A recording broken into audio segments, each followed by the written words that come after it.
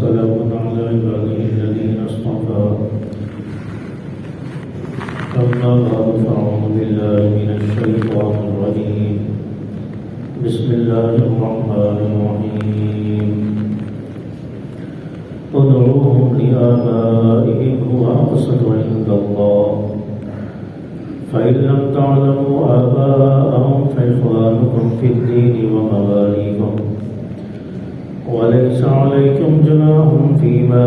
أخطأتم به ولكن ما تعمدت قلوبكم وكان الله غفورا رحيما صدق الله العظيم ادعوهم لآبائهم پکارو اپنے منہ بولے بیٹوں کو ان کے باپ کی طرف نسبت کر کے وہ اقسط عند اللہ یہی اللہ کا پورا انصاف ہے فَإِن لَّمْ تَعْلَمُوا آبَاءَهُمْ فَإِخْوَانُكُمْ فِي الدِّينِ اور اگر تمہیں ان کے باپ کے بارے میں پتہ نہ ہو فَإِخْوَانُكُمْ فِي الدِّينِ وہ تمہارے دینی بھائی ہیں وَمَوَالِيكُمْ اور تمہارے دوست ہیں وَلَيْسَ عَلَيْكُمْ جُنَاحٌ فِيمَا أَخْطَأْتُمْ بِهِ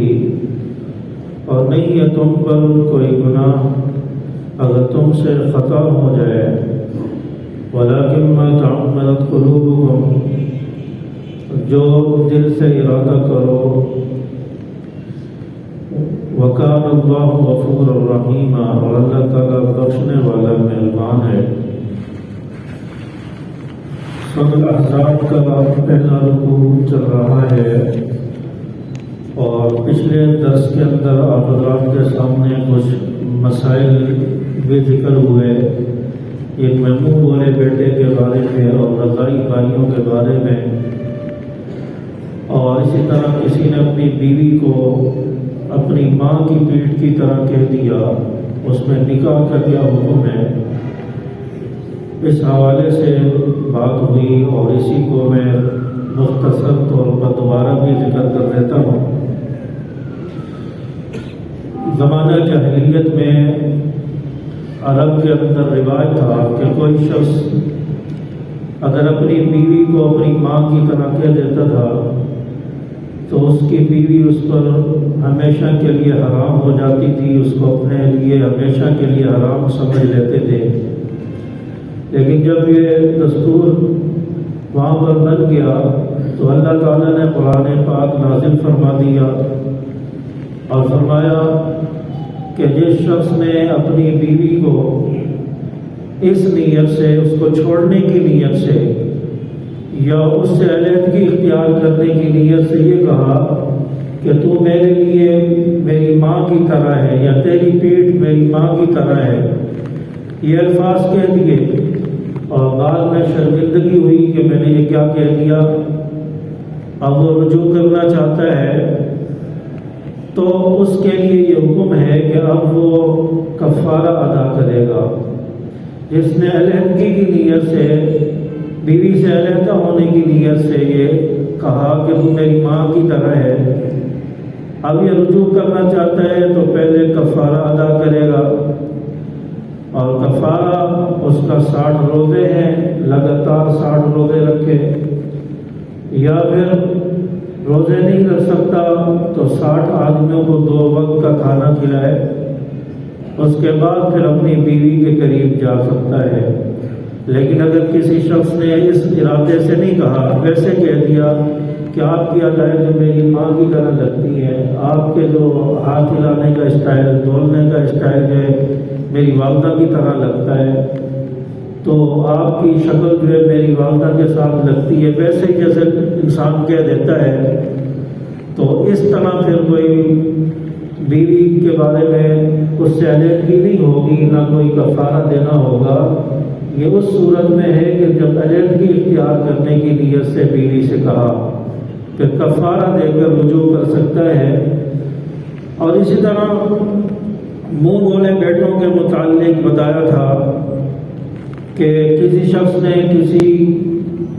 لڑکے کو یا لڑکی کو منہ بولا بیٹا بیٹی بنا لیا، اگر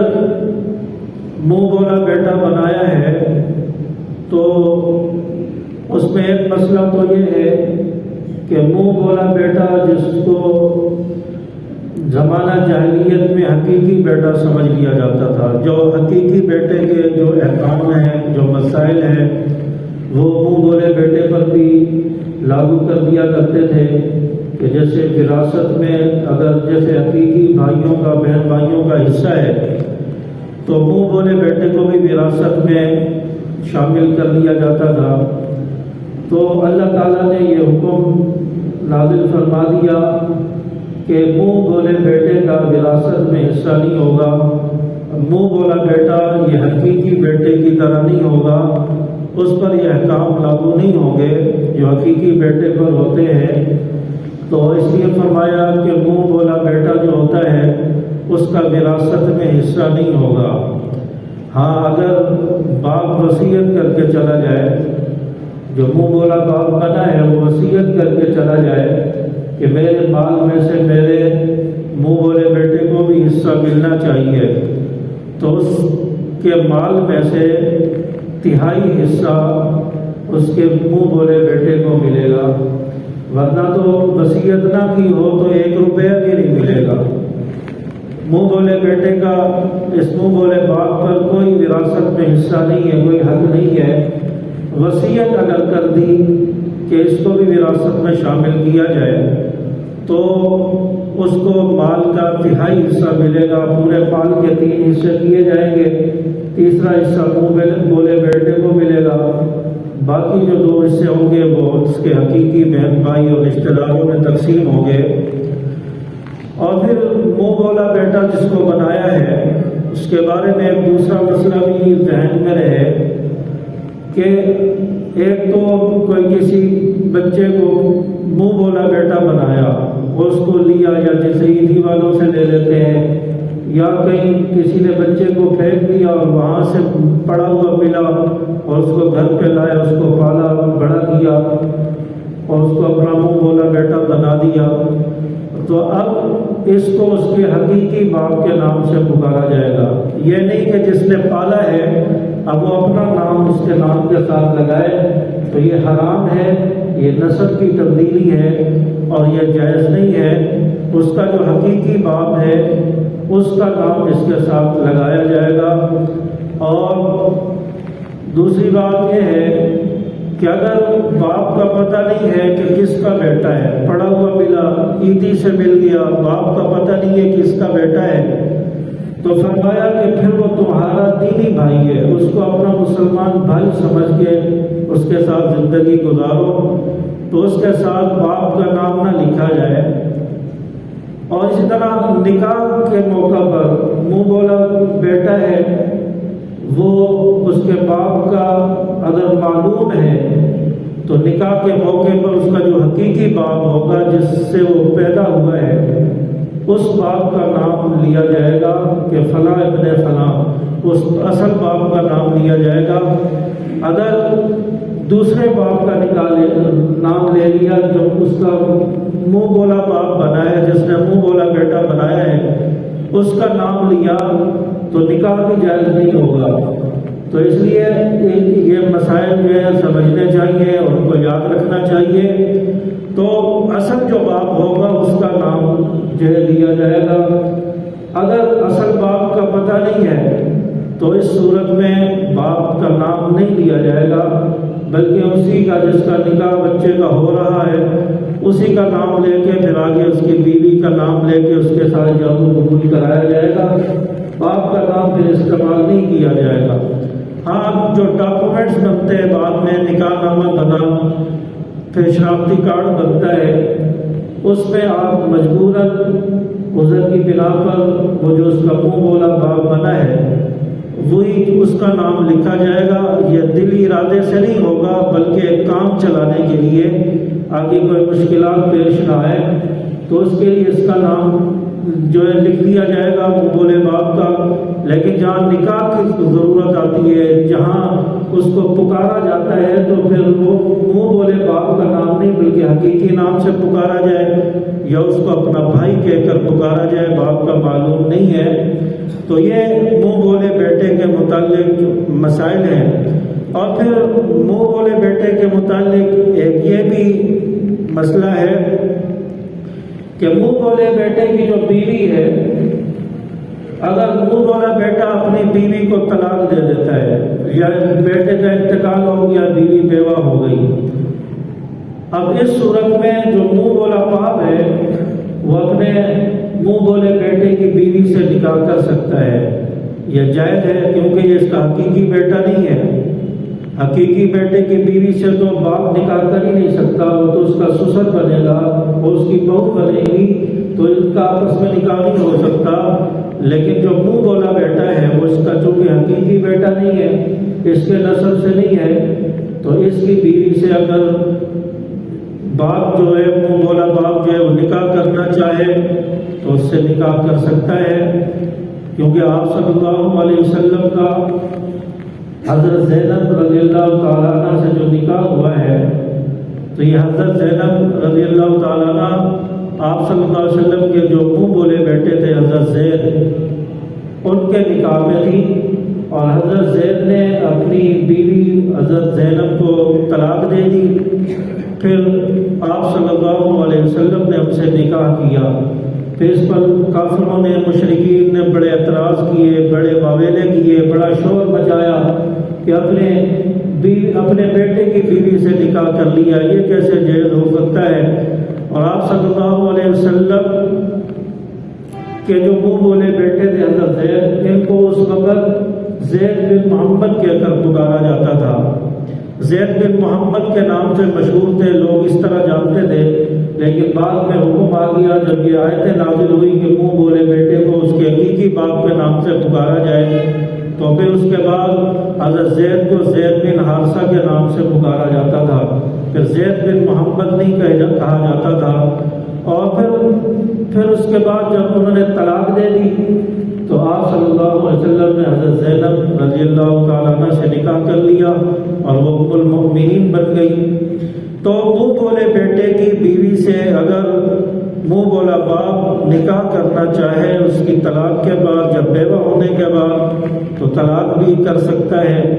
اور پھر منہ بولے بیٹے کے متعلق ایک یہ مسئلہ بھی ذہن میں رہے، پچھلے درس میں بھی میں نے بتایا تھا کہ منہ بولا بیٹا اس کو پالا، یہ جوان ہو گیا، اب جو اس آدمی کے جو حقیقی بیٹیاں ہیں،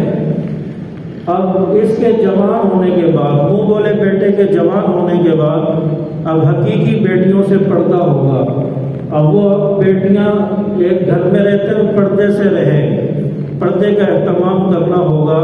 اور اس کی جو منہ بولا باپ ہے، اس کی جو بیوی ہے، اس کا بھی اس سے پردہ ہوگا۔ تو اس لیے یہ ایسے ہی گھر میں کھلے عام آ جا نہیں سکتا، پردے کو ملحوظ خاطر رکھنا ہوگا، اور اس لیے منہ بولا بیٹا بناتے وقت یہ چیزیں پھر ذہن میں رکھنی چاہیے، آگے جا کر پھر مسئلے مسائل پیدا نہ ہوں، پردے کے مسائل پیدا ہوں گے، پھر کئی مشکلات نہ ہوں، تو یہ چیزیں سامنے رکھ کر پھر منہ بولا بیٹا بنایا جائے۔ تو اس لیے یہ منہ بولا بیٹا جو ہے، اس کے ساتھ اس باپ کی حقیقی بیٹیوں کا بھی اور اس کی بیوی کا بھی پردہ ہوگا۔ اور اسی طرح شوہر کی بیوی نے اگر کسی کی بچی لے کر اس کو منہ بولی بیٹی بنایا ہے، وہ جوان ہو گئی تو اس شوہر کا اس سے پردہ ہوگا، اور پھر اس کے جو بیٹے ہیں ان کا بھی اس سے پردہ ہوگا۔ تو اس لیے یہ بات بھی اس میں ذہن میں رکھی جائے۔ اور یہاں پر ایک اہم مسئلہ یہ بھی بتانا چاہوں کہ گھر میں جب بیٹوں کے ماں باپ نکاح کرواتے ہیں، باپ نے بیٹے کا نکاح کرا دیا، بہو گھر میں آ گئی، تو اس میں جو ہے یہ مسئلہ ذہن میں رکھا جائے کہ سسر جو ہے اس نے اگر اپنی بہو کو غلط نگاہ سے ہاتھ لگایا، شہوت کی نظر سے ہاتھ لگایا، تو اب بیٹے کا نکاح ختم ہو جائے گا۔ تو یہ مسئلہ بھی ذہن میں رکھا جائے، اور اگر اس طرح کا کوئی سسر ہے جس کے غلط ارادے اور غلط چیزیں ہیں تو اس سے بہو کو چاہیے کہ پردہ کرے۔ اگر اس طرح کا کوئی معاملہ ہو گیا تو بیٹے کا نکاح ختم ہو جائے گا۔ تو اس لیے اس مسئلے میں بھی جو ہے اس کو بھی ذہن میں رکھنا چاہیے، احتیاط برتنی چاہیے۔ اسی طرح رضائی بہن بھائی ہیں، رضائی بہن بھائیوں کا آپس میں نکاح نہیں ہو سکتا۔ مثلا کسی کا بیٹا ہے، اس نے اب کسی اور عورت کو دے دیا کہ آپ اس کو دودھ پلاؤ، 2 سال کی مدت ہے دودھ پلانے کی، 2 سال کے عرصے کے اندر کسی عورت نے دوسری عورت نے دودھ پلایا تو اب یہ اس کا رضائی بیٹا بن جائے گا، اور اس عورت کی جو اولاد ہے، اس کی حقیقی بیٹے بیٹیاں ہیں، اب وہ اس کے ساتھ، یعنی بیٹیاں ہیں تو اس بچے کے ساتھ ان کا نکاح نہیں ہو سکتا، بیٹی ہے تو اس کے بیٹوں کا نکاح اس کے ساتھ نہیں ہو سکتا۔ یہ رضائی بہن بھائی بن گئے، یہ حقیقی بیٹوں کی طرح ہوں گے، بہن بھائیوں کی طرح ہوں گے، ان کا آپس میں نکاح نہیں ہو سکتا۔ مثلا ماں نے اس کی ماں ہے، بچے کی ماں ہے، اس کی ولادت ہوئی بچے کی، ماں نے کہا کہ میں اس کو اپنی بہن کو دے دیتی ہوں، وہ اس کو دودھ پلائے گی، اس کو پالے گی۔ اب خالہ کو دے دیا، اب خالہ نے اس کو دودھ پلایا، اب خالہ اس کی رضائی ماں بن جائے گی، اور خالہ کی جو اولاد ہے، اگر یہ بچی ہے دودھ پینے والی تو اس کے جو بیٹے ہیں جو اس کے رضائی بھائی بنے، ان کا اس کے ساتھ نکاح نہیں ہو سکتا۔ اگر بیٹا ہے تو خالہ کی بیٹیاں اس کی رضائی بہنیں بنی، ان کا آپس میں نکاح نہیں ہو سکتا۔ تو یہ رضائی بہن بھائیوں میں یہ مسئلہ ذہن میں رہے کہ ان کا آپس میں نکاح جائز نہیں ہے، یہ حقیقی بھائی بہنوں کی طرح ہوں گے۔ تو یہ مسائل کچھ تھے اور آپ کے سامنے رکھے، اور اللہ تبارک و تعالیٰ نے بھی یہی بات ارشاد فرمائی ہے کہ ان کو جو بیٹے ہیں، منہ بولے بیٹے جن کو بنایا ہے، ان کو پکارو ان کے اپنے اصل باپ، حقیقی باپ کے نام کے ساتھ، وہ اقسط عند اللہ، اللہ نے تمہارے اندر انصاف پیدا کر دیا ہے کہ ان کے باپ کے نام، حقیقی باپ کے نام کے ساتھ پکارا ہے۔ اب جو اولاد، یہ بعض لوگ جو ہے اپنے نسب میں جیسے فاروقی لگا دیتے ہیں، علوی لگا دیتے ہیں، اور اسی طرح صدیقی لگا دیتے ہیں، یا اپنے نام کے ساتھ لگاتے ہیں۔ اگر وہ واقعی جو ہے فاروقی ہے، خاندانی فاروقی ہے، خاندانی جو ہے وہ صدیقی ہے، یا اسی طرح سید لگا دیتے ہیں اپنے نام کے ساتھ، واقعی اگر وہ خاندانی سید ہے تو اس کے لیے تو یہ القابات لگانے صحیح ہے، لیکن اگر وہ واقعی سید نہیں ہے، علوی نہیں ہے، فاروقی صدیقی نہیں ہے، اس نے کسی کی دیکھا دیکھی شہرت کے لیے اور میں بے عزت سے پکارا جاؤں، اس مقصد کے لیے اس نے اپنے نام کے ساتھ لگا دیا، تو پھر یہ حرام ہوگا یا جائز نہیں ہوگا، اس سے بھی انسان کو بچنا چاہیے۔ ہاں کسی آدمی کے ساتھ بیعت کی ہے، کوئی بزرگ ہے، اس کے ساتھ اصلاحی تعلق قائم کیا ہے، اب اس بزرگ کی طرف نسبت کرتے ہوئے اب یہ اس کے ساتھ نقش بندی، سہروردی، یہ جو القابات ہوتے ہیں یہ لگا سکتا ہے، اس کی اجازت ہے، کیونکہ اس نے اس شیخ کی طرف اصلاحی نسبت کرتے ہوئے جو ہے یہ تعلق جو ہے اپنے نام کے ساتھ یہ سلسلہ لگایا ہے، تو اس کی اجازت دی ہے۔ تو اس لیے یہ مسائل ہیں، ان کو ذہن میں رکھا جائے۔ اور جیسے میں نے بتایا کہ اگر اس کے باپ کا پتہ نہ ہو کہ اس کا باپ کون ہے، بچہ پڑا ہوا مل گیا، عیدی سے لے لیا، پتہ نہیں کس کا ہے، فَإِن لَمْ تَعْلَمُوا آبَاءَهُمْ فَإِخْوَانُكُمْ فِي الدِّينِ وَمَوَالِيكُمْ فَإِخْوَانُكُمْ فِي الدِّينِ، اس کو اپنا دینی بھائی سمجھو، مسلمان بھائی سمجھ کر اس کو پکارو، وَمَوَالِيكُمْ یا اپنا دوست سمجھ کے پکارو، وَلَيْسَ عَلَيْكُمْ جُنَاحٌ فِيمَا أَخْطَأْتُمْ بِهِ وَلَكِنْ مَا تَعَمَّدَتْ قُلُوبُكُمْ، اور فرمایا کہ اگر غلطی سے اس کے منہ بولے باپ کا نام زبان سے نکل گیا، جیسے زید بن محمد لوگ کہہ کر پکارتے تھے، لیکن جب حکم آ گیا تو زید بن حارثہ کہہ کر حضرت زید کو پکارا جاتا تھا، لیکن اب منہ پر تو چڑھا ہوا تھا لوگوں کے کہ زید بن محمد پکارتے تھے، اب یہ منہ پر چڑھا ہوا تھا، لیکن وہ جب ایک دم حکم آیا تو غلطی کی بنا پر، کیونکہ زبان پر وہ لفظ رٹا ہوا ہے، چڑھا ہوا ہے، تو غلطی سے منہ سے نکل گیا زید بن محمد، تو فرمایا کہ اس پر پکڑ نہیں ہوگی، کیونکہ غلطی سے یہ ادا ہو گیا ہے، اس پر کوئی معاوضہ نہیں ہے۔ وکان اللہ، اور فرمایا بلا وکان اللہ غفور الرحیم، اللہ تعالیٰ معاف کرنے والا ہے، رحیم ہے، اللہ تعالیٰ غلطی کو معاف فرما دیں گے۔ النبی اولیٰ بالمؤمنین من انفسہم وازواجہ امہاتہم، فرمایا کہ نبی سے ایمان والوں کو اپنی جانوں سے زیادہ لگاؤ ہے، محبت ہے۔ وازواجہ امہاتہم، اور نبی کی جو بیویاں ہیں، ازواج ہیں، وہ امت کی مائیں ہیں، مسلمانوں کی مائیں ہیں۔ اللہ تعالیٰ نے ان کو مسلمانوں کی مائیں بنایا، امہات المؤمنین بنایا۔ تو فرمایا کہ نبی کو ایمان والوں سے ان کی جانوں سے زیادہ لگاؤ ہے۔ ایک تو یہ سمجھ آتی ہے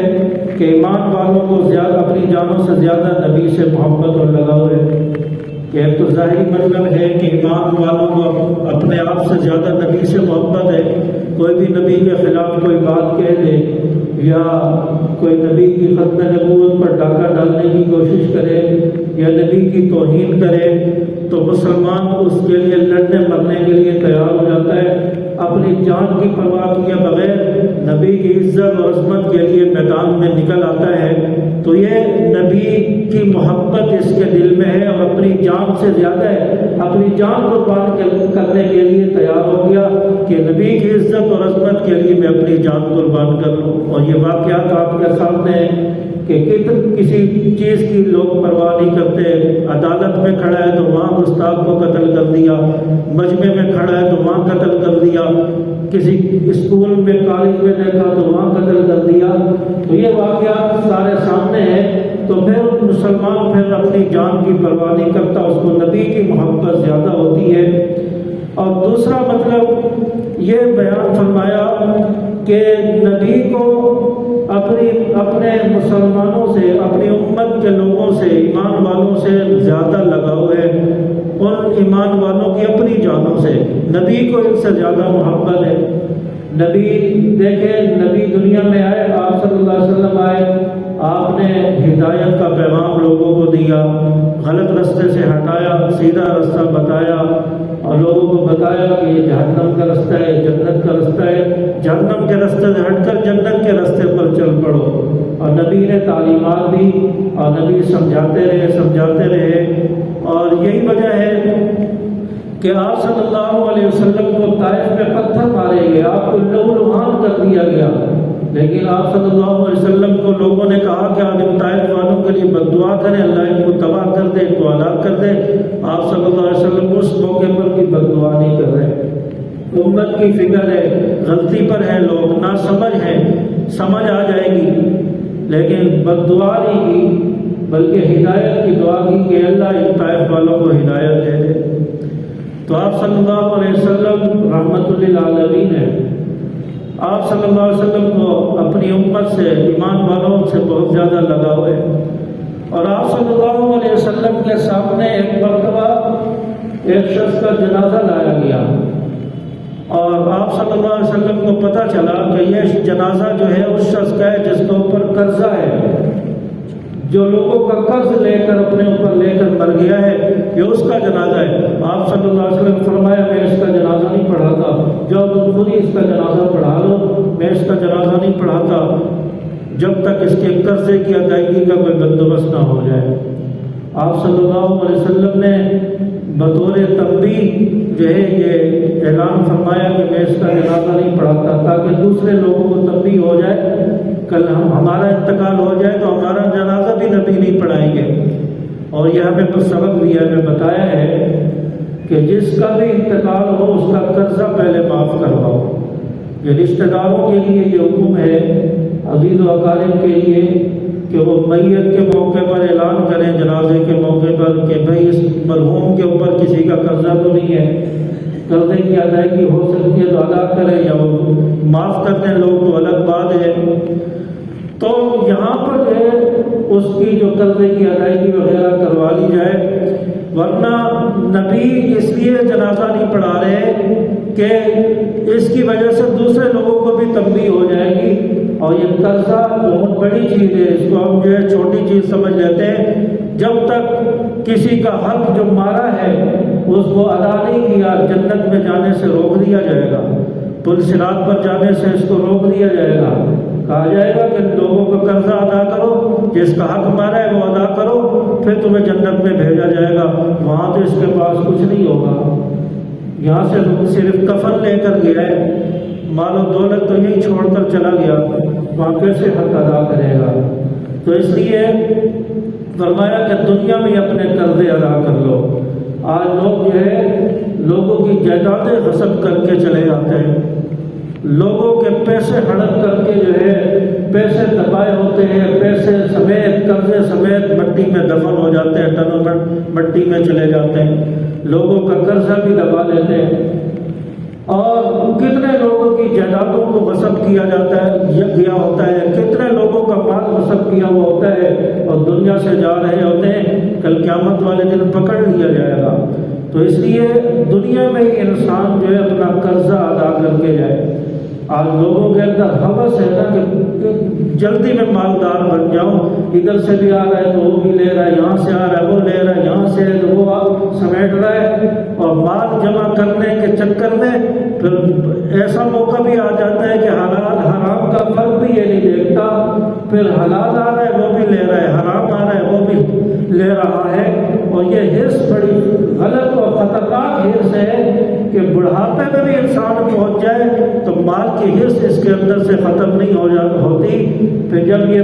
مالدار بن جاتا ہے پھر نفسیاتی مریض بھی بن جاتا ہے، پھر نفسیات بھی اس کی جو ہے نا ایسی ہو جاتی ہے کہ تھوڑا سا کچھ ہو تو کہیں میرے مال پہ کوئی ہاتھ تو نہیں ڈالنا، کوئی میرا مال تو چرانے کے چکر میں نہیں ہے، غصب کرنے کے چکر میں نہیں ہے، اور یہ ٹینشن اس کو کھائی جاتی ہے اور نیند نہیں آتی، اور پھر نفسیاتی مریض بن جاتا ہے۔ پھر جب وضو کرنے بیٹھے تو وہاں پر بھی جو ہے بار بار منہ دھوئے گا، بار بار ہاتھ دھوئے گا، پتہ نہیں اب سے صحیح دھلے یا نہیں دھلے، منہ دھلا یا نہیں دھلا،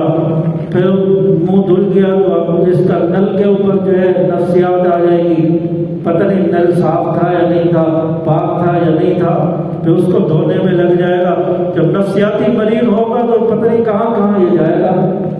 اس طرح ایک بعض جگہ پر یہ تالاب نما جو ہے وہ وضو خانے بنے ہوتے ہیں، جیسے کہ ہمارے اجتماع کی جگہ ہوتے ہیں کہ بڑے سے حوض بنے ہوتے ہیں، وہاں باہر بیٹھ کر لوگ وضو کرتے ہیں۔ اسی طرح ایک شخص تھا، وہ لوٹے سے وضو کر رہا تھا، اب اس کو وہم ہو گیا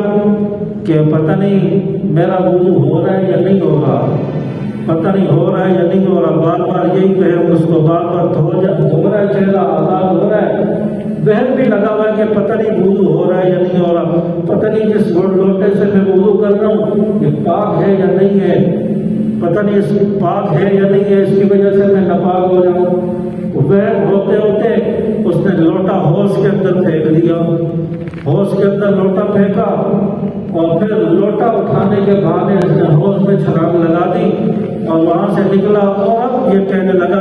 کہ اب ہو سکتا ہے کسی صورت میں میرا وضو ہو گیا ہو۔ یہ تو نفسیاتی جب پن آ جاتا ہے تو پھر یہ جو ہے چیزیں انسان کے سامنے آنا شروع ہو جاتی ہیں، اس کو پتہ نہیں یہ سمجھ نہیں آتی کہ وضو ہوا ہے یا نہیں ہوا، پھر وہ نفسیاتی پن اس کے اندر آ جاتا ہے۔ پھر جو ہے یہ نفسیاتی پن والا پھر اس کو تھوڑا سا کچھ ہو، پتہ نہیں میرے دل کو کوئی مسئلہ ہو گیا ہے، میرے دماغ کو کوئی مسئلہ ہو گیا ہے، فوراً یہ پھر جو ہے وہاں طبقہ چلا جائے گا، وہاں دوسرے جو ہاسپٹل ہے وہاں چلا جائے گا، کارڈیو چلا جائے گا کہ بھائی میرے دل کو کچھ ہو گیا ہے۔ اب یہ مال و دولت والا یہ پریشان رہتا ہے موت نہ آ جائے، میرا مال کہاں جائے گا۔ چنانچہ یہ جو ہے پھر وہاں چلا جاتا ہے، پھر وہاں ڈاکٹر تو پہلے ہی کسائی ہوتے ہیں، وہ اس کو ڈرا دیتے ہیں کہ تجھے یہ مسئلہ بھی ہے، یہ بھی ہے، بلڈ پریشر بھی ہے، یہ بھی ہونے والا ہے، فلاں بال بد ہونے والا ہے۔ بس یہ وہاں سے پریشان ہوا اور اسی ٹینشن کے اندر اس کو جو ہے بلڈ پریشر کی بیماری لاحق ہو گئی، شوگر کی بیماری بڑھ گئی، اور پھر یہ ٹینشن میں آ کر اپنی زندگی کا خاتمہ کر لیتا ہے۔ تو بھائی یہ پیسہ جو ہے نا انسان کو بڑا خراب کرتا ہے، تو پیسے کے چکر میں انسان لاکھوں کئی لوگوں کے جو ہے حق غصب کر کے دنیا سے جا رہا ہوتا ہے، کئی لوگوں کا مال غصب کر کے ناجائز طریقے سے جو ہے اس اور لوگوں سے قرضہ لے کر قرضہ لیا تو اس کو واپس نہ کیا اور کہتا ہے کون سا قرضہ، میں نے تو کوئی قرضہ کسی سے نہیں لیا، اور لوگوں کا اتنا قرضہ لے کر زمین میں دفن ہو جاتا ہے اور پھر اس کی بخشش نہیں ہوگی۔ اس لیے دنیا میں ہی اللہ نے دیا ہے تو یہیں پر جو ہے اپنا مال جو ہے وہ حلال کر کے، اور کسی کا قرضہ دینا ہے تو اس کو دنیا میں ہی ادا کر کے چلا جائے تاکہ آخرت میں پکڑ نہ ہو۔ جنازے کے موقع پر یہ اعلان کروایا جائے کہ اس مرحوم کے اوپر کسی کا قرضہ تو نہیں ہے، اس کی ادائیگی کے لیے ورثہ جو ہے اہتمام کرے، یا جو جنازے کے اندر شریک ہیں وہ تھوڑا تھوڑا کر اہتمام کر دیں کہ اس کے جو قرضہ جو ہے میت کا وہ اتار دیا جائے۔ یہ 40ویں 30ویں اس کے چکر میں جو لاکھوں روپے خرچ کیے جاتے ہیں یہ جائز بھی نہیں ہے، ناجائز ہے۔ یہاں جو پیسے خرچ کرنے ہیں وہ قرضہ ادائیگی میں لگا دو، اس کی نمازیں رہتی ہیں، روزے رہتے ہیں، اس کے فدیے میں لگا دو۔ یہ اگر 40ویں اور یہ تیجے نہ کیے تو کوئی پوچھ نہیں ہوگی قیامت کے دن، اس کا حق ادا کر دیا، اس کے روزوں کا نمازوں کا فدیہ دے دیا تو یہ میت کے ساتھ آپ کا بہت بڑا احسان ہوگا، اس کے ساتھ بہت بڑی آپ کی خیرخواہی ہوگی۔ اس لیے قرضے کی ادائیگی اگر کسی اس کو جو ہے سامنے رکھا جائے، ادا کیا جائے، اور آپ صلی اللہ علیہ وسلم نے قرضے کی ادائیگی کے لیے جو ہے وہ بتایا ہے کہ یہ دعا بتائی ہے کہ اللہم انی اعوذ بک من الہم والحزن واعوذ بک من الجبن والبخل واعوذ بک من الغلبۃ الدین وقہر الرجال۔ یہ دعا بتائی ہے کہ اے اللہ میں پناہ مانگتا ہوں فکر سے، والحزن غم سے، واعوذ بک من الجبن اور میں بزدلی سے بھی پناہ مانگتا ہوں، والبخل بخل سے بھی، واعوذ بک من الغلبۃ الدین قرضوں میں گھر جانے سے، اس سے بھی میں پناہ مانگتا ہوں، وقہر الرجال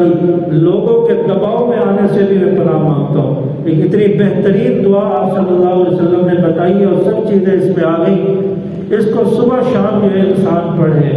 نماز کی کتابوں میں، دعاؤں کی کتابوں میں یہ دعا مل جائے گی، تو اس لیے اس دعا کو پڑھا جائے۔ اگر قرض ہے تو اللہ تعالیٰ قرض کی ادائیگی کے اسباب پیدا فرما دیں گے، اور اگر قرضہ نہیں ہے تو اللہ تعالیٰ قرضے سے بچائیں گے اور نوبت ہی نہیں آئے گی کہ کسی سے قرضہ لینا پڑے۔ تو اس لیے اس دعا کا بھی اہتمام کریں، اس کو یاد کریں تاکہ یہ قرضے کا مسئلہ جو ہے یہ بھی ہمارا حل ہو جائے۔ اللہ تبارک و تعالیٰ ہمیں سمجھ عمل کی توفیق عطا فرمائے۔ وآخر دعوانا الحمدللہ رب العالمین۔